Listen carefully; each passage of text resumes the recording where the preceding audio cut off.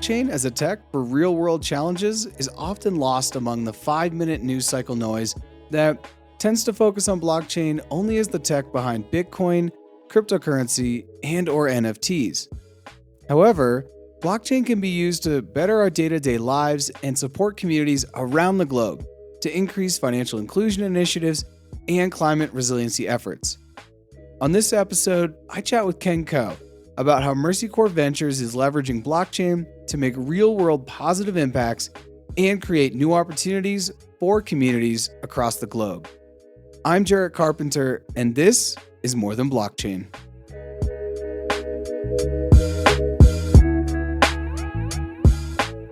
Ken, welcome to More Than Blockchain. How are you doing? I'm good, Jarrett. Thanks for having me. How are you? I'm doing well, and thanks for hopping on. And actually, I'm not entirely sure. Are you in Europe? Where are you? Yeah, I'm based in Sweden. Okay, that's what I thought. That's what I told someone earlier, because they were like, because normally my morning routine, I get up, I get out of the house, I do some exercise, and they're like, well, what are you doing? My roommate's like, what are you doing? And I'm like, well, I'm talking to a guy, I think he's in Sweden, and we're going to talk about Web3. So I don't know if it gets more Web3 than that. So Ken, talk to me about Mercy Corps Ventures. Maybe you could actually, before you talk about maybe where Mercy Corps Ventures is today with blockchain and crypto and Web3, can you just give a high level of what Mercy Corps Ventures is and kind of what their mandate is? Glad to. So we are the impact investing arm of Mercy Corps. Mercy Corps, the global development agency, which operates in 40 countries around the world, over 5,400 team members working side by side with people living through poverty, disaster, violent conflict, and the acute impacts of climate change. And so Mercy Corps Ventures, what we do is we invest in and catalyze venture-led solutions to increase the resilience of underserved individuals and communities. We've been operational since 2015. To date, we've supported 42 early stage ventures to scale and raise nearly $400 million in follow on capital. Our portfolio is 51% female founded, and it's centered around resilience building solutions in adaptive agriculture, frontier fintech, and climate smart systems, with the idea that trying to help people living in frontier markets to withstand disruption and plan for the future. Okay, that was perfect. When you look back at the sectors that you just mentioned, I guess let's just jump right in. Now, with where Mercy Corps Ventures is today, and we're here to obviously talk about crypto, blockchain, Web3, start to add in where crypto and blockchain and Web3 play a role in those sectors where you're really focused on in frontier markets, emerging markets. Yeah, so I think for us, in terms of like how we ended up getting into crypto, if you go back to the early days of crypto, like dating back to Satoshi's white paper, there's a lot of hope and hype around how crypto is going to help people in emerging markets and frontier markets. The idea of permissionless, stateless money, digital money that can be seamlessly sent between users, regardless of domicile, nationality, borders, inflation resistance in hyperinflationary markets. So there was a lot of promise, a lot of hope, but I think it's fair to say that a lot of that hype hadn't been realized or materialized in meaningful ways for these users. And so, given the work that we do in financial inclusion, we felt that there were some solid use cases here by leveraging Web3 crypto technology. The idea that there are 1.4 billion people who are completely unbanked and excluded from the world economy. Within this, women are disproportionately excluded. You've got at least 700 million women who are unbanked. But then within that subset, you do have 1.1 billion unbanked adults who do own a mobile phone and therefore could be reached with financial services. So that while understanding that there is a massive hype gap between what crypto can be used for, or maybe like the use cases of crypto, we felt that there was opportunity to demonstrate that there are some real world applications which could help the lives of the unbanked. And then the other side of this is around the climate resilience piece. And so thinking about, as the refi space has gained traction over the past year, and given the work that we've been doing in Web3, as well as Mercy Corps' focus on climate resilience, we've also naturally moved into this direction as well. And so, big picture here, 3.3 billion people whose daily lives are at risk and highly vulnerable to climate change. 130 million of these people are going to be pushed into poverty by climate change by 2030. And emerging markets are set to bear 75 to 80% of the costs of climate change. And so, there are opportunities and there's an urgency to deploy new solutions, new technologies to see how we can get ahead of this and help make people's lives better before the acute impacts of climate change and financial exclusion are felt. One of the things you just said, I think, is something I hear a lot, which is like, does the current potential match the historical hype, essentially? You're talking about Satoshi's white paper. If you read anything on the internet about crypto, if you know anyone in crypto, if you talk to you or I and you're probably not into crypto, we're going to sell like crypto can solve everything. Or maybe not everything. Maybe that's how it will sound, right? We know that that's not the case, and I'm constantly telling people that Web3 is a solution for some things, but not everything. There are a lot of organizations, and I had this quote the other day, but it was like there's a lot of organizations that are so worried about, oh, how do they organize Web3 when they haven't figured out like their email or MailChimp or other like SaaS products that come from the Web2 world. And you just dropped a lot of numbers there. And so 1.1 billion people who are part of, I think you said 1.5 billion people that are unbanked, but 1.1 of them have cell phones, which is great. And in the emerging markets, you're saying 130 million people are going to be pushed into poverty due to the climate changing as it is. So, what goes into your calculations, taking into account everything that you just said, which was a lot of data points, and thank you for sharing all those, because I think that helps kind of rough out the context of where ventures fits in the impact investing space. Yeah, so to your first point, I think definitely true. The hype has not lived up to the expectations and all the discussion around it. And I think that's where we really feel there's an opportunity here to demonstrate some real world applicability. And and to your question just around how maybe how these solutions come together. Yeah, there are certain prerequisites, right? And I think especially given the fact that we are part of a global development agency, we have a humanitarian lens in the work that we do. We're not going to be supporting any any shilling project, any crypto bros, things like that. It's not going to That's not the approach that we're taking here. We're looking at solutions that are solving meaningful problems for people, people who are otherwise unserved by the traditional financial institutions in their home country, or who are like unduly exposed to the effects of climate change. But these are the populations that we are aiming to serve and to support with the work that we do.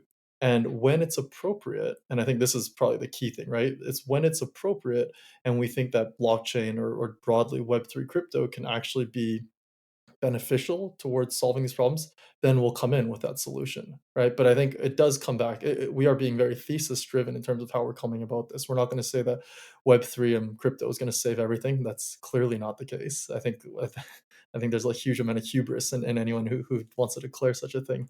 I think we know that there are going to be instances where it does make sense. And I think it's just going to be, it's incumbent upon us to help identify and crystallize the use case there so that we can build and innovate solutions that'll scale effectively to reach the millions and millions of people. I think the word you just said is super important. And anyone who's ever built anything, even if you just think about a lemonade stand, people often use a lemonade stand as like a small business. The word you just said there, scaling, that is where things fall apart. I constantly am thinking about when you get to the point of diminishing returns. And then it's like, well, every input you put in is actually hurting you. So when you look at crypto currently in blockchain, are there certain solutions where you guys have kind of identified and said, wow, when it comes to scaling, if we use blockchain, it's better? And the reason why I'm asking is obviously out of pure curiosity, but also to probably show people that in certain use cases, yes, blockchain can be better than other solutions that maybe we've had in the past. We could call them Web2 solutions, but non blockchain solutions. So there are a few that I think within the use cases that we are prioritizing and maybe the thematic areas that we've been thinking more about. So I'll start with one, which is inclusive financial services for unbanked populations. And so this goes back to that number of 1.45 billion people who are unbanked, and roughly say about 39% of adults in low income countries have access to financial services.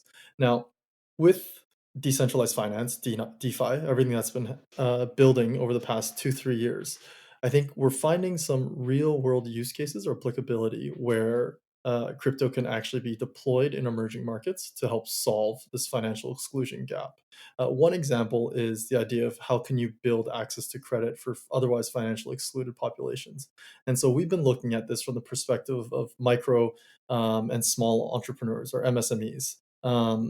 So the idea is that, or the data shows that the finance gap for small businesses in emerging markets is about $5 trillion, trillion with a TR. And so the reason why blockchains become quite effective in terms of serving this problem or helping to close this gap is that smart contracts help you to facilitate instant settlement, and they also have an escrow service in it as well. So therefore, DeFi lending can actually be a much more cost-effective way to serve these higher risk market segments. And so you can use and leverage DeFi and smart contracts. You can tap into global north liquidity pools. So you're talking about anyone who has a MetaMask or a Goldfinch or a Maple account, and they can put some of their capital on there in the form of stable coins, and then that money can be deployed and lent out to a borrower in the global south. And therefore, you've now unlocked a lifeline for these, let's say, underserved MSMEs. And so we've run a few pilots, lending pilots, specifically with food vendors and smallholder farmers, which allows them to access affordable credit for the first time in often their lives. So one of the pilots that we ran in Kenya was with smallholder farmers. And of the pilot group, this was the first time that any of them had received credit for 96% of the pilot group. And this was something that we were able to make available at 8% APR, which is less than half of the interest rate that is commonly available by, say, fintech lenders in these markets. And the reason why we're able to do this is because we are taking advantage of a market arbitrage opportunity where people in the global north, up until say like 3 months ago, didn't really have access to high yielding opportunities because of zero interest rate policies. And we were able to provide them with something that was yielding much higher than what they would get in, say, North America or Europe, but then was still much more affordable for your average borrower in Kenya, in this case, or other parts of Africa as well. So that's a really great point. And I'm glad that you went there because I was having a conversation recently with a Colombian friend, and she works for a bank in Colombia. And we were talking about access to credit. And I think that this is a really good conversation to have for people that are especially in probably Europe and North America. Or when I say North America, I'm going to exclude Mexico in this, unfortunately, but focusing on the United States and Canada, because in the United States, access to credit is just something that people take for granted. Yeah. You can just go, if you go to like a department store and I'm going to go buy some jeans, Ken, like Macy's will be like, oh, do you want to open a credit card, sir? And I sign a couple pieces of paper and all of a sudden I get 20% off and they're going to, it'll show up in my house in 3 days. And the rest of the world does not work like that. So when we talk about your access to credit here, and you're saying in Kenya, they got 8% as opposed to probably 16% if you said it was double. I want to just drop this stat because I think it's a really important stat for people to understand. In Colombia, I was talking to my friend, works at the bank. Right now, and I'm hoping that if you hear this, it should shock you. Right now on credit cards in Colombia, the APY in the United States is probably 20 to 25%. It's 46% because they're trying to tamp down inflation. So this is just a Colombian example, but you have 46% on credit cards, and the peso has lost about 20 to 23% of its value in the past 9 months. So not only are you in a hyperinflation situation, but you're also, you have basically a 50% APY for all intents and purposes, which is something that most people are just not going to be able to get out of. And so offering a DeFi solution, like you're saying with smart contracts, that's an amazing solution for so many people who, as you've said, I think you said 96% of the people who received this credit had never received formal credit from the quote TradFi banking system before. So I love that example. And sticking with kind of where we are right now in 2023, what are some of the things that Mercy Corps Ventures is focused on this year when it comes to blockchain? What are the opportunities? Because I feel like there's always buzz. Every year it's like a new flashy object with blockchain, So where are you guys focused right now? Is it in the flashy object sector, or is there something that Mercy Corps Ventures is doing different than other organizations? I think we've been successful in avoiding a lot of the flashy objects. I hope, at least from a professional perspective. I think maybe personal investments have been less successful from that side. But I would say that for Mercy Core Ventures, what we've been thinking about from a crypto perspective is that as the sector continues to mature and as as our own thesis sharpens, certain use cases do rise to the top. Right, we do see that there are areas where we feel there's much more promise for how crypto can be deployed and how it's going to make a positive impact on underserved users' lives. And so one thing that we are openly and actively sourcing for are proposals from partners that are in these priority areas. So access to credit for underbanked users. So what I was just describing, nature-based solutions for climate resilience, humanitarian aid delivery, and transparent supply chains. I think thematically, those are areas where we have, based off the research that we've been doing, our experience running pilots over the past 2 years, feedback from different partners in the ecosystem that we've been working with, we have confidence that those are some of the more promising use cases of crypto. So we're eager to launch more solutions where appropriate for underserved users in emerging markets there. And with each of the pilots that we do run, um, the core criteria that we do look for is that they are innovative. So is this an innovative use of the technology? This is something that's new and going to be value adding for the ecosystem. We make sure that it's impactful. So are we serving target demographics who are otherwise underserved and making sure that they're going to get some benefit out of this? And then is the solution scalable? And so the idea that after a pilot, we want to make sure that this can become a standalone larger initiative. And so that's how we've been approaching a lot of the work that we're doing with crypto when it comes to piloting. We've wrapped all this up into a larger vehicle. We call it the Crypto for Good Fund. And so last year we ran the first iteration of the Crypto for Good Fund. Um, we received 200 proposals from 50 different countries around the world, and we ended up we've announced the three of the winners from that initial fund exercise.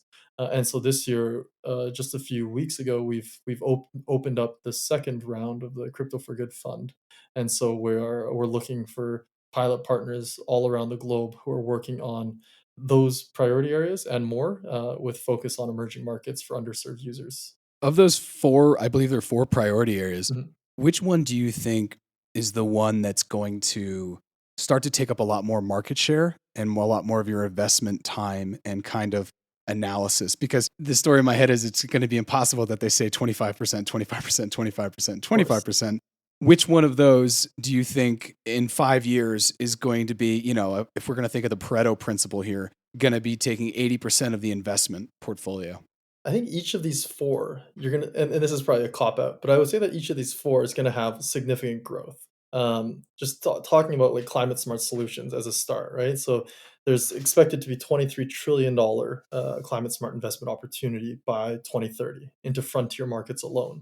So, you can think of that as just, like, solving partial nature-based solutions for climate resilience is, of course, a subset of that, but you're gonna have massive opportunity there.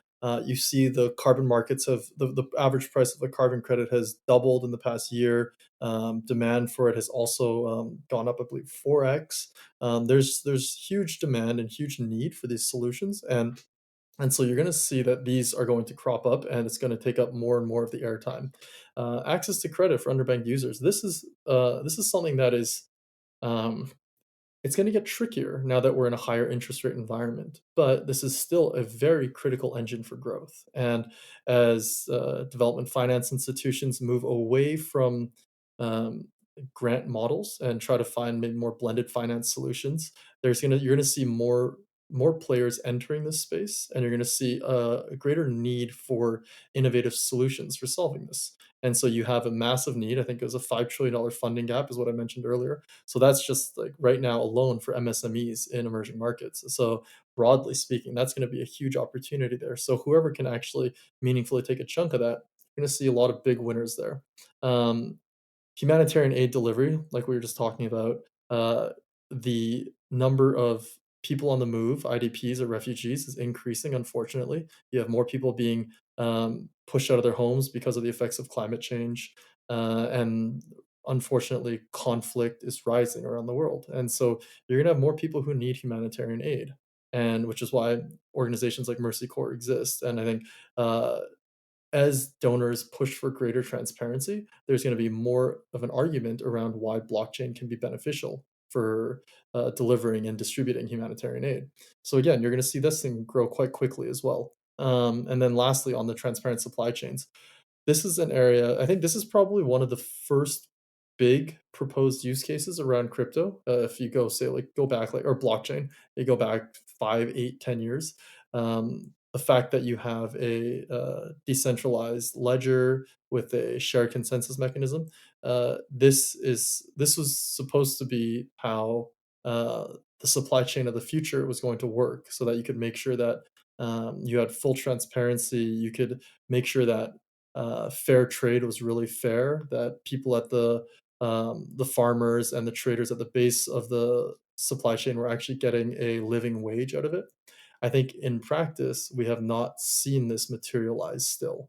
And so if we can get a few major industries behind this, whether it's food or fashion, and get them to start investing in public public solutions, DLT, that will help to move the needle, and then you'll end up having a much more fair economy. So I could see how transparent supply chains will actually benefit this a lot. So again, it's a cop out, but I do think that there's massive growth potential in all of these areas, and especially as it comes to how Web3 can be beneficial or additive. It's interesting that you mentioned the supply chains because one of my biggest holdings, and I'll just say this, is VeChain. And they're one of the top cryptocurrencies as far as market cap, and they're trying to be the solution for transparent and efficient supply chains in the world. And I'm interested to see. I know that they already have agreements or partnerships with Walmart in China, but we'll see if that comes across the ocean to the United States and to other markets. Looking ahead, we've kind of talked about the four sectors of focus for Mercy Core Ventures. For you, looking ahead, where is Mercy Core Ventures going to go with crypto and blockchain? And I guess actually this is a question I should have asked earlier, but of the entire portfolio that you're currently investing in, how many of those solutions are actually crypto and blockchain? Because they could be other solutions that are also techie. They could be AI, it could be machine learning, it could be a whole host of other things that we're starting to see roll out. How much of the portfolio right now is focused around crypto and blockchain? And do you think that that will increase or kind of stay the same as other innovations like AI, for example, are really starting to become more front and center for people, both in the individual level, whether it's chat GPT, or on a greater level, if we look at like self-driving cars? Our portfolio consists of about 40 companies right now, and I believe of those 40, 6 are Web3 native, so say about 15% of the portfolio. I think that we'll probably have more Web3 companies joining the portfolio. I think that's clearly an area of opportunity and of growth, especially as it comes to builder interests in emerging markets. Whether that's going to grow faster than other domain areas, we're looking into e-mobility as an example. We're looking into more into supply chains as well. Like whether that's going to grow faster than those spaces, I don't have a clear answer for you yet. Probably best to speak with our investment leads on that topic. But I do think that Web3 is here to stay, and I think it's just a matter of figuring out like what are those right use cases, and then identifying the builders who are leveraging that technology in the best way. I couldn't agree more. I don't think crypto or Web3 is going anywhere. I think it's going to continue to be invested into.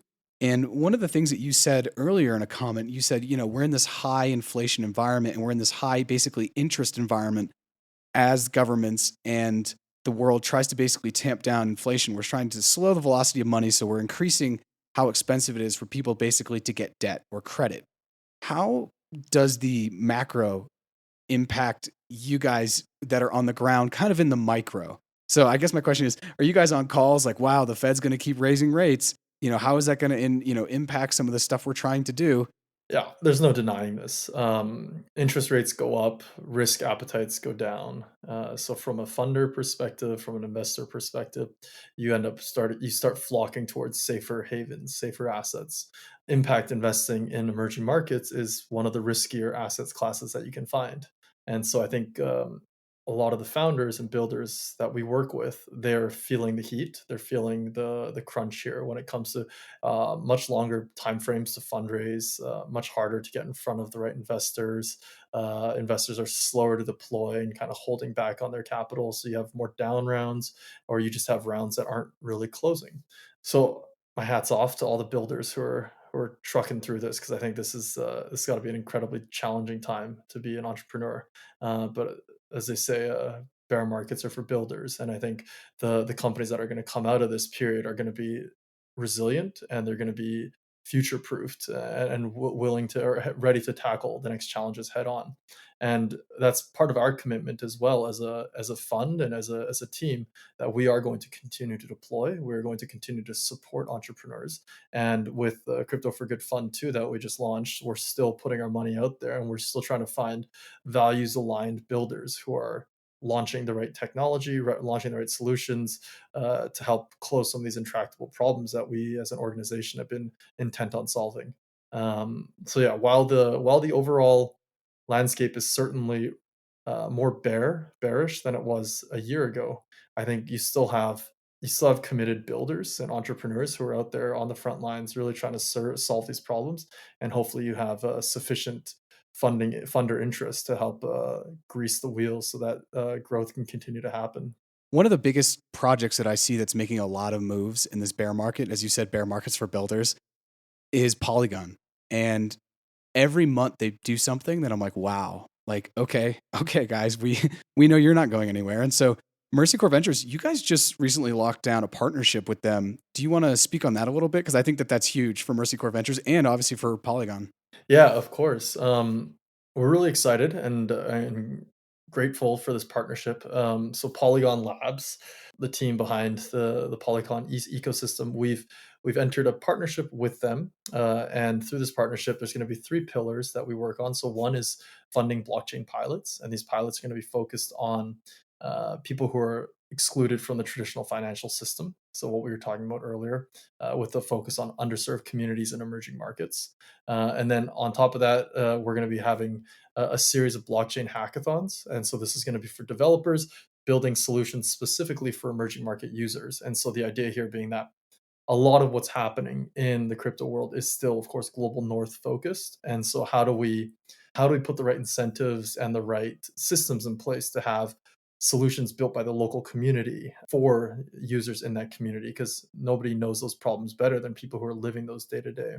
And then lastly, the third pillar there is around running a blockchain bootcamp roadshow. And so this is going to be an educational and informational work that's going to be focused on local educational institutions, NGOs, and any other organizations who are looking to improve the way that they work through blockchain technology. So yeah, it's we're really excited to be working with Polygon on this, and look forward to what we can do together over the coming year. Yeah, that's super exciting. When I saw that, I think I saw that post. I'm not sure if you shared it or Scott, but I saw it on LinkedIn, and I was like, "Wow, that's huge."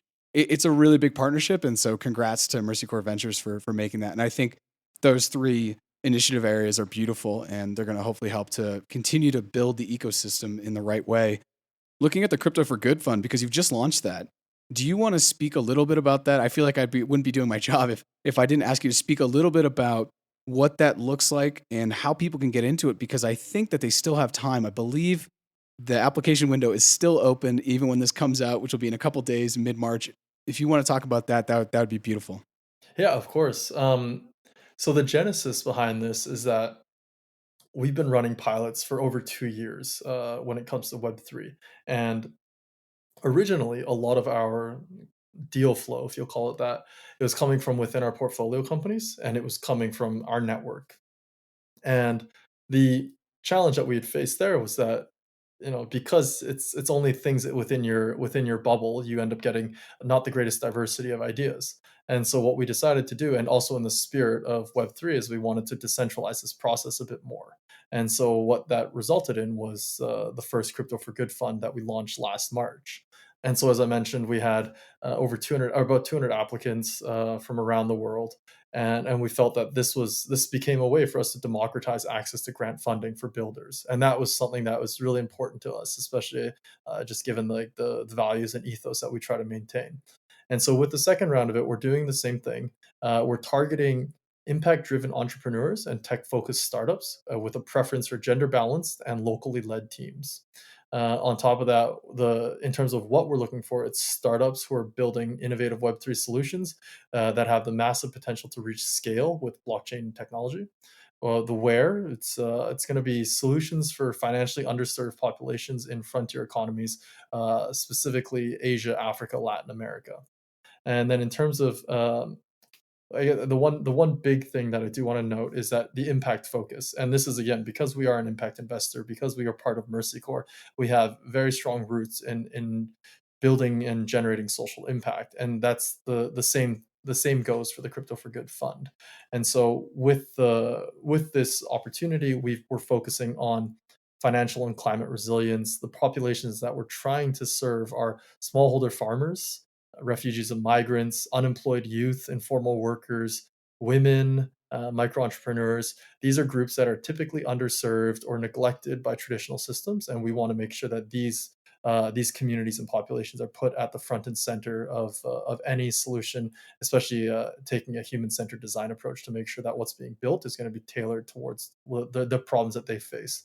And then the last thing that I want to flag for the fund is that we're looking for proposals that have a very clear learning agenda. The reason why we run these pilots is because we do want to build an evidence base and increase the body of knowledge of how crypto can be used for good in the wider community. And so to achieve this, each of our pilots have predefined learning objectives, which we co-design with our pilot partners. And we also have a set of impact KPIs. And so these KPIs help us to measure and ensure the effect of the pilot, ensure that the effect of the pilot is what we're hoping for, and it's leaving a positive impact for the communities that we serve. I'm going to go ahead and leave the link to the Crypto for Good Fund if people are interested in checking it out, if they want to apply. Can you remind me of when the application needs to be in by? This episode will go live on March 14th, so I'm hoping that there's at least a week or two when people, if they hear this and they'd like to apply. Could you talk about the application window? And so applications, we're accepting them until the end of March, so March 31st. For more information on how to apply, visit our Medium page, it's Mercy Core Ventures, and you'll be able to see a lot more information on the Crypto for Good Fund on there. We have an FAQ, we have a term sheet, and there's also the application form. So you can just click through there, and you should be able to see all the information around what's needed. The application should take maybe 2 to 4 hours to complete, and we recommend to fill it all in one go. So make sure that you have your answers saved elsewhere. I'll go ahead and leave the link to the Medium article, and I've shared that multiple times on LinkedIn and on Twitter, but I'll go ahead and leave that in the show notes. Do you want to share where people can get in touch with you if they want to talk to you about something outside of the Crypto for Good Fund and they just want to talk about ventures? Maybe they're looking to invest in Mercy Core Ventures, as you guys are an impact investment organization, or maybe they're looking for funding that's outside of the Crypto for Good Fund. If anyone wants to get in touch, feel free to message me on LinkedIn or send an email. My email is kkou@mercycore.org. So happy to be in touch and hear from like-minded or curious individuals when it comes to this work that we're doing. I'll go ahead and leave your email and leave the Medium article and leave a link to your LinkedIn in the show notes. And Ken, thank you so much for hopping on. And I look forward to one day meeting you, hopefully out in the field and when we're looking at a Web3 solution. My pleasure. Thanks for having me, Jarrett.